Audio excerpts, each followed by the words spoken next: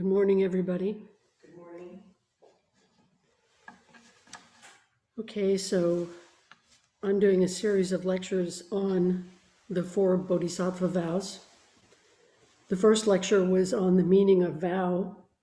The second lecture was on the beings are numberless, I vow to save them. And now we're going to talk about delusions are inexhaustible, I vow to end them. So in Japanese, the word delusion is bonno, which means affliction, distress, passions, desires that cause suffering for self or other. So that may be a little different than how you thought about this. Bonno is a Japanese equivalent to the word in Sanskrit of klesha. So klesha refers to afflictions, distractions that disturb our ability to respond in an enlightened way. They disturb our ability to respond to situations that we encounter, people that we encounter, difficulties that we encounter, to be able to respond in a skillful way. They incite unwholesome deeds in body, speech, and mind. So now in some Buddhist schools, and in the earliest Buddhist doctrine, in order to attain nirvana in order to attain nirvana, which was the goal of practice, our kleshas have to be eliminated in order to reach a situation in which we're not reborn in samsara. Now, if you eliminate all kleshas during your lifetime, then this is called nirvana with remainder. So this is a situation in which you are no longer creating klesha, you're no longer caught in your kleshas, no longer creating the kind of karmic problems that cause you to have rebirth, but you still have these karmic afflictions.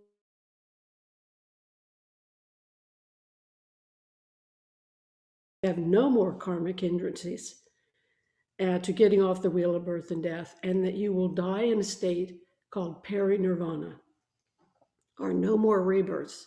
So that's what happened with Shakyamuni Buddha. When Shakyamuni Buddha died, he entered the state of pari-nirvana. Now, these kleshas are bonno, are greed, hate, and delusion. In Sanskrit, these are called moha. And usually these are kind of the three categories. Obviously, there are a lot more things that you can probably think of that we do that are unwholesome, unhelpful, unskillful. But generally, greed is a category of wanting to get more, kind of like hungry ghosts, who, as you may recall, have giant stomachs, little toothpick necks, and they just can never get enough down their throats.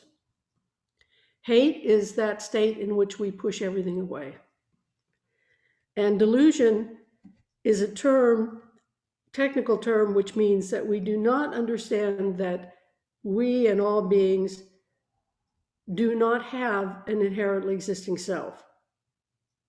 We do have a self, but the self that we have is interconnected, interbeing with all of reality.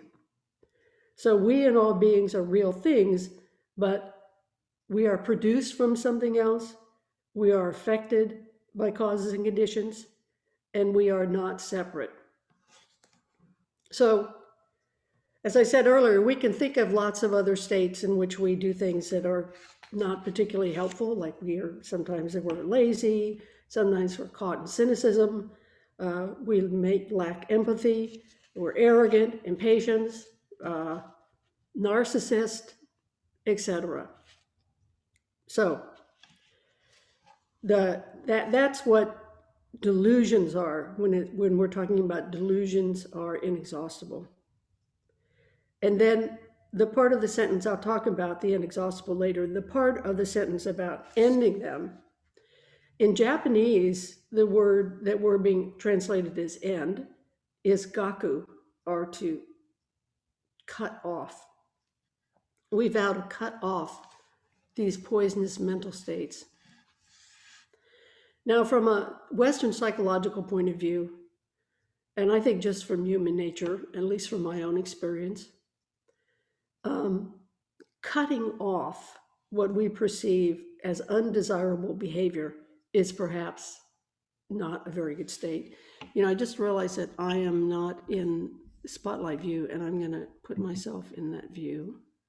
So here we go. So from a psychological point of view, cutting off what we perceive as undesirable behavior doesn't perhaps work very well. Cutting off part of your personality will probably lead to resentment. It will lead to resistance and acting out. When we try to just cut something off that we've decided is unwholesome in some behavior that we're engaged in, usually it brings up some part of ourselves in which we feel like we're being annihilated, that part of ourselves is a kind of coping mechanism that we've created over time.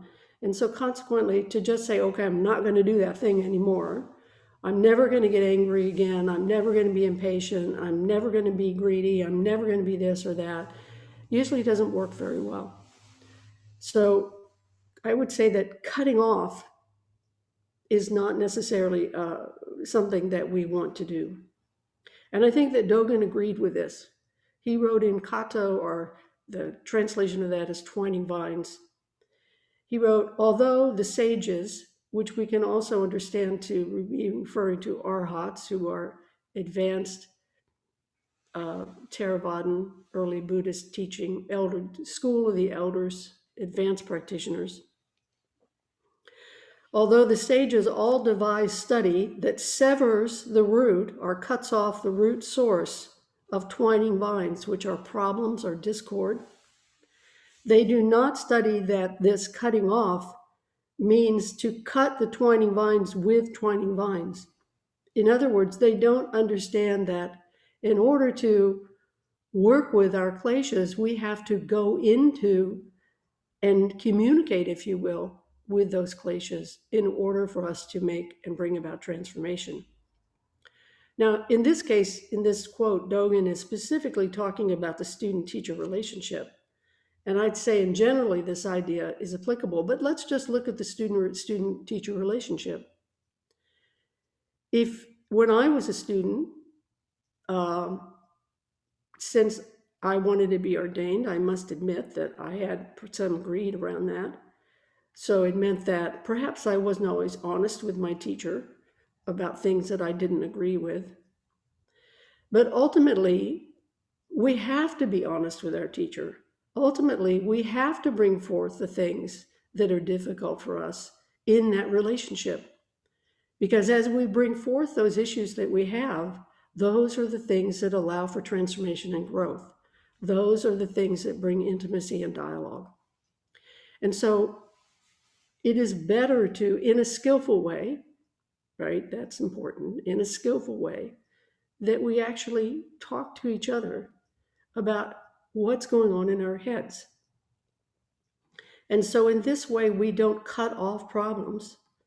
We engage our problems, and through that engagement, we transform what is unworkable into what is workable.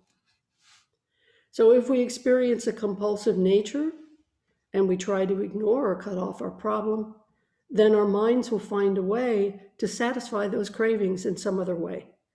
If we acknowledge and work with our issues, then we may find a way to transform our difficulties into a harmonious partnership with those difficulties. The difficulties may not go away, but we become friends with them. They become workable, and they no longer function as a klesha. They are not bon no. So we are told that these delusions are inexhaustible, are without end. And as I think all of us can attest, there always seems to be more of it all the time. So I guess the question I have for you is it possible to be enlightened without these delusions or problems? So there is a famous koan called Baijan's Fox. And I'm going to give a short version story of the koan. So there's a fox disguised as a person. And there are great illustrations of this koan, where way in the back of the crowd during the lecture, you see a guy dressed in a kimono, and right on the bottom of the kimono is a little foxtail sticking out. So this old man this fox disguised as an old man, he's going to the lecture of a well-known master named Bai Zhang. So one day after the lecture, the old man fox approaches Bai Zhang and tells him a very interesting story. He explains that he used to be a Zen master himself. And in that capacity, one day a student came up to him and he said, "Does an enlightened person fall under the law of cause and effect or not?" So essentially, the student was asking, is an enlightened person exempt from creating karmic kleshas by their actions or not? This old fox, Ni Zen master, responded no. And promptly he was reborn as a fox over and over again for 500 years. Okay, so now Bai Zhang, the Zen master, with whom he's talking, says to him, "Well, why don't you ask me that question?" And so the old fox asks the question. And then Bai Zhang says, is an enlightened person affected by causes and conditions or not? And Bai Zhang says, such a person does not ignore cause and effect. Such a person does not ignore cause and effect. So basically, Bai Zhang saying, being enlightened is very much about cause and effect. It is about paying attention to delusion. It's about paying attention to our own tendencies. He isn't saying pay attention to the doctrine of cause and effect, of causation. He's saying pay attention to your life. Pay attention to your life. Pay attention to your relationships. Pay attention to how skillful you are. Pay attention to the problems that we create. One of the mistakes the old fox man made when he was a Zen teacher was to assume that enlightenment was the activity of just one person himself. In other words, he thought enlightenment was permanent and just the activity or achievement of himself as a particular person. So he didn't understand that enlightenment is an interactive experience. It's the experience of the moment. We have enlightened responses. We are not enlightened people. The second mistake he had was he thought that he could cut off all situations in which he might create or get caught by his kleshas because he was enlightened, and thus he had cut off any possibility, at least in his mind, of being caught once and for all by any problems that he might create. So he was exempt from responsibility, essentially, for any of the problems that he might have or any of the unacknowledged delusions that he might have. So he understood himself to be separate from life's interbeing or interaction. In my own lifetime as a Zen student, I can't remember who this was. I remember a story about a teacher, a Buddhist teacher, who believed that they were enlightened. And because they were enlightened, they had carte blanche to coerce their female students, it's a man, coerce their female students into sexual activities with them.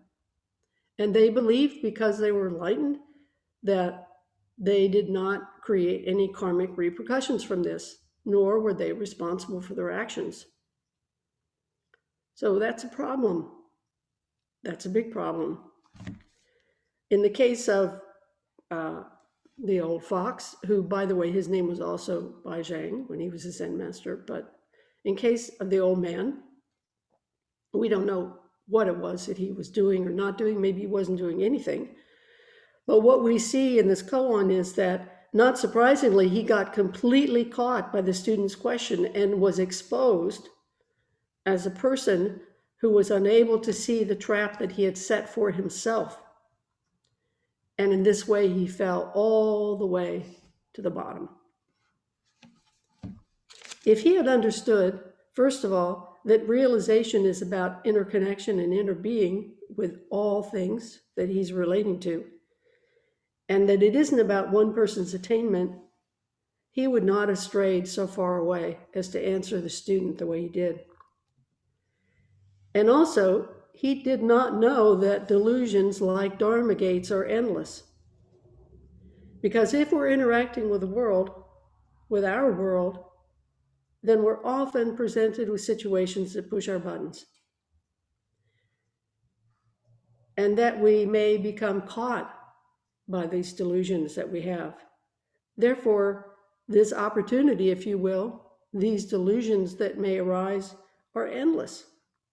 Or we could say the opportunities for delusion or unskillful response are endless, as are the opportunities for the skillful response are endless. So the fact that they're endless doesn't mean that we can't wake up. It means that this world is one big cause and effect that is us and all beings together making the world. And in the case of Kato, where Dogen's talking about twining vines, that making the world, these human relationships that we engage in, coupled with our own karmic issues, neuroses, past, however we want to characterize the things that compel us to be unskillful, all of these things together are part of this world that we live in. And if we ignore that fact, you know something? We're toast. We're toast. So what we want to do is investigate who we are, is to wake up to who we are and to be aware of our relationships in the world and to try to become more skillful and not get caught in the myriad delusions. Suzuki Roshi said in his commentary on the Genjo Koan, when he was talking about enlightenment, he said, if you have a problem with sake, drinking sake, you're going to have that same problem after you're enlightened. But the difference is going to be that your relationship is going to be different to that problem. So it's pretty clear that as human beings, we are susceptible to our kleshas. Now, bodhisattvas, high-level bodhisattvas, are caught in the endless round of rebirth by their karmic attachment to helping and benefiting all beings, which is what causes them to be reborn over and over again. So in our school, these very bono or delusions are the bread and butter of the bodhisattva, the reason for their existence. The Saha world, or in Sanskrit, the Saha Loka world, loka, the Saha Loka world, not, oh, my hand just disappeared. That's very, anyway, so this is the world of endurance. This is the Saha world. We endure this suffering of being a human being. This is a world that we often perceive as problematic, and yet it's said that when we are caught in delusion, we see the world as samsara, but upon awakening, we see that the world is actually the pure Buddha field of Shakyamuni Buddha. The world has not changed. The Buddha field has not changed. Our view of the Buddha field has changed. Our view of our life, our view of our suffering has changed. So that, I would say, is a big part of the kind of practice that we're engaged in. As our view of the world has changed, we become more flexible, we become more open. While we suffer, we don't probably ever escape necessarily the suffering of the body, for example, but it is transformed in our understanding of that. It doesn't mean that we will never grieve. It doesn't mean that we will never get caught in our kleshas. It doesn't mean that we will never feel desire, but it does mean that when these things are unwholesome, and I'm not saying that they are unwholesome in and of themselves, I'm saying that when our relationship to them becomes unwholesome, that we are able to engage in a kind of transformation of that suffering that without this investigation, we would not be able to do. In the case of the high-level bodhisattva, they are completely in this samsaric world, but they are not of the samsaric world because they are not caught by this delusion and suffering.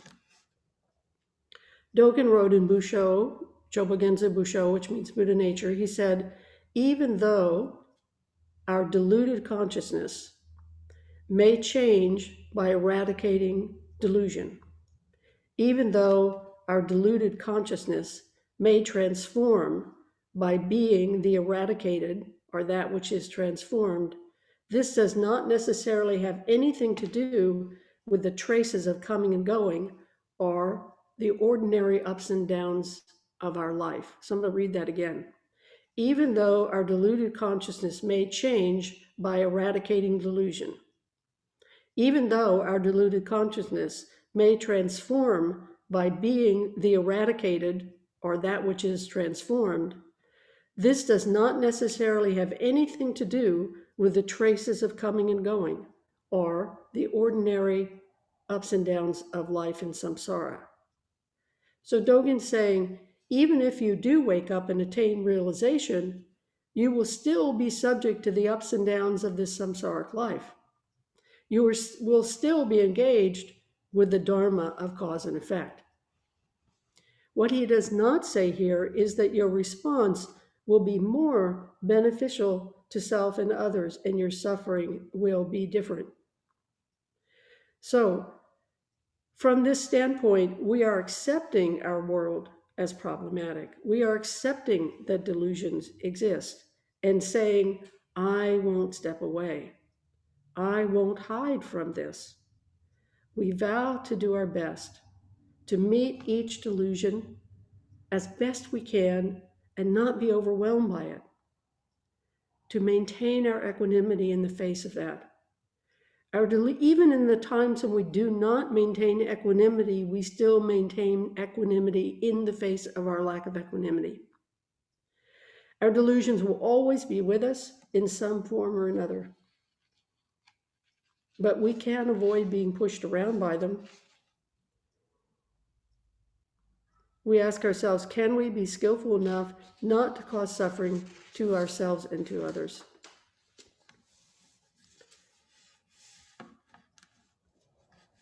So what does Dogen say about delusion and realization? He wrote in Genjo Koan, those who are greatly awakened to delusion are Buddhas. Those who are greatly deluded about awakening are living beings. Those who are greatly awakened to delusion are Buddhas, and those who are greatly deluded about awakening are living beings. Well, we are Buddha nature, so it means that our essential nature is this nature of a Buddha. So we are both the Buddha referred to here and the living being simultaneously. So when we are greatly awakened to our delusion, and those kleshas do not get in the way of realized response, we are engaged in enlightened interaction relationship at that moment. But when we are greatly deluded about our delusion, or we're greatly deluded about awakening, we are in that space of deluded human beings, foolish human beings. So to acknowledge that delusions are inexhaustible is the work of awakening to delusion and revealing our Buddha nature. Forgetting and falling into delusion is also being human. We are both, sometimes awake, sometimes in delusion. We are twining vines of complications and transformation. I vow to end them is our life's work. We vow to wake up to the best of our ability. This is noble work, it is brave work, and it is necessary work that we all do together. Thank you.